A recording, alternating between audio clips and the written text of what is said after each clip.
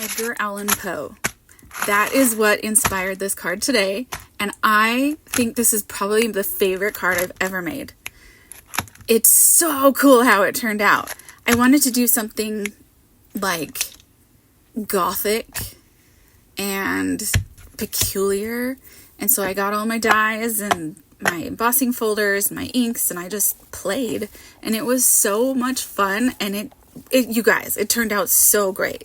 I even got new angles on the pictures I took. Like, I was totally creatively inspired. It was awesome. I love this brick embossing folder from Tim Holtz. It's like so textured and detailed and 3D. It's awesome. So I use the Distress Oxide inks, and when you put water on them, they lift. So you get these little splotches and lighter areas, and it looks really cool. And then from scrapbook.com, I got their black and white splatter brushes, and that just gives it a little bit of texture and grime and interest. And so I definitely wanted to splatter those, and you'll see when it's all done how it turns out. It looks so cool. So you see the little the splatter technique, and I left that light part up in the left because that's where my candle's gonna go, and I wanted it to illuminate the bricks. So that's not a mistake. I did that on purpose. And then I needed to blend the edges with the black just to give it a finished touch. And there's that. Now watch what this Distress Glaze does. This stuff is awesome. It seals in the Distress Oxides, and it makes it waterproof, so you can't splatter it anymore after you put this on. And it brings out the depth of those colors. Like, it takes the chalkiness away, the film, and it just makes the colors pop. Even though they're grays and blacks, it just gave them so much more texture and interest and dimension and life. And then you just wipe off the excess because it is like a Vaseline waxy texture. So you just wipe off the excess, and it's sealed, and it feels so soft and slick. It's nice.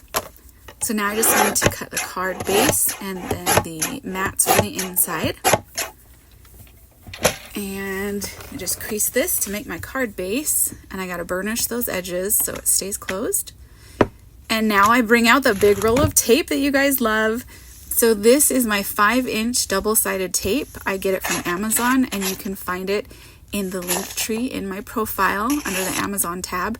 I have it listed in my storefront. Now, the one thing I will say is on embossed papers, when you go to put this tape on, it is not going to want to stick to the back because there's so many different dimensions and layers there, like depths. So you really have to use that brayer or your hands, and you got to squish it in and work it in. See how it's just kind of laying on top? So I had to squish it into the little grooves. But once it's in, it's like stuck. It's awesome. So I was just doing that from the top and then the bottom. How cool is that? You guys, I just love all the ASMR in this video. It's so nice. Anyways, so you still get the 3D texture when you brayer it. It doesn't like squish down the texture at all. It just helps secure the tape to the back. And then, yeah, I should have cut this out with a double-sided tape on the back, but I didn't, so I had to use my liquid glue. But it worked out. It didn't smear or anything.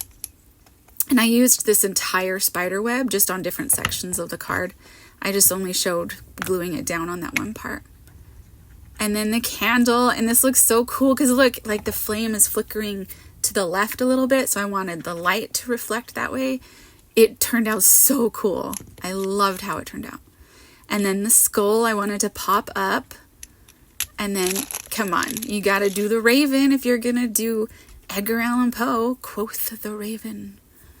It might be a crow, but to me it's a raven. Let's call it a craven. There you go. We don't know what it is, but it's cool looking. And then people always ask me, why do you put glue on if you're gonna put foam on too? Because after so much time of sitting there, the foam loses its structural integrity and it doesn't stick anymore. But if you glue the foam on and then put glue on the top of the foam and glue it to the card so it's got glue on both sides, it actually makes it like a super thick, strong adhesive hold, and it won't fall off your card after a couple of years. So that's why I do that.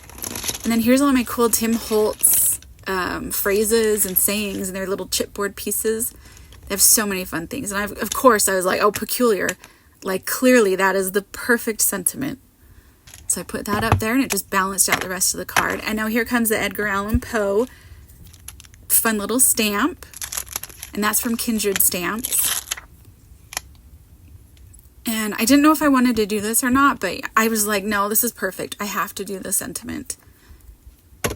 It says, make your weird light shine bright so the other weirdos know where to find you. How perfect is that with the candle and everything? I mean, this card came together just brilliantly. Not to toot my own horn, but I was in such a fun, creative mood, so I love how this one turned out. What do you guys think? Do you like this one? And you see the rest of the spider web was on the inside there.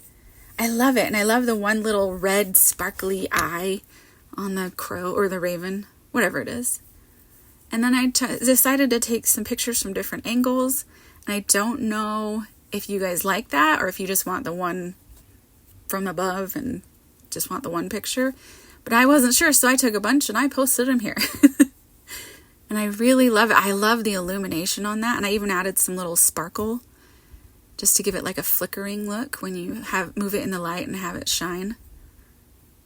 So yeah, there you go. There's my Edgar Allan Poe inspired card, and I hope y'all loved it, and I love you, and have a good day, and I'll see you for Halloween. Love you. Bye.